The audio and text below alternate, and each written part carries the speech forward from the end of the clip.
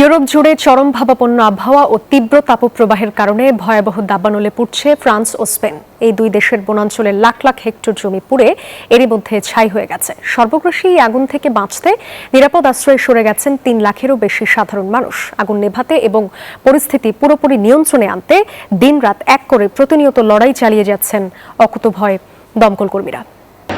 ফ্রান্সের বোর্দো শহরের খুব কাছেই ছড়িয়ে পড়েছে ভয়াবহ দাবানল। আগুনের তীব্রতা এতটাই বেশি যে জিরোন্দ ও ল্যান্ডেস অঞ্চল থেকে 2 লাখেরও বেশি মানুষকে নিরাপদে সরিয়ে নেওয়া হয়েছে।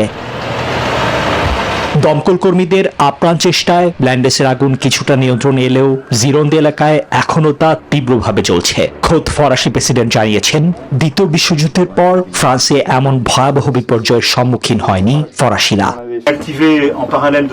24 ঘন্টায় দমকল কর্মীদের প্রচেষ্টায় আগুন খুব বেশি ছড়াতে পারেনি।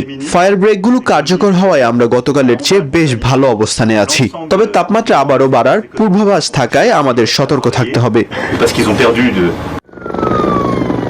এদিকে স্পেনের অবস্থাও বেশ শোচনীয়। সেখানে চলছে জাতীয় জরুরি অবস্থা। মাদ্রিদ ও কাস্তেলন প্রদেশে হাজার হাজার হেক্টর বনভূমি পুড়ে যাওয়ায় নিজেদের ঘরবাড়ি ছাড়তে বাধ্য হয়েছেন অসংখ্য মানুষ। তীব্র গরম ও দাহ্য পদার্থের কারণে আগুন নেভানোর কাজ ক্রমশ জটিল হয়ে উঠছে। দাবানল লোকালয়ের কাছাকাছি চলে আসায় অগ্নি নির্বাপনের পাশাপাশি সাধারণ মানুষকে সরিয়ে নেওয়ার মতো বাড়তি চাপও সামলাতে হচ্ছে। মূলত জলবায়ু পরিবর্তনের নেতিবাচক প্রভাবেই দাবানলের এমন ভয়াবহতা দেখছে গোটা ইউরোপ। দ্রুত কার্যকরী পদক্ষেপ না নিলে আগামীতে আরও প্রকট আকার ধারণ করতে পারে এই সংকট। নিবির আমিন, নিউজ 24।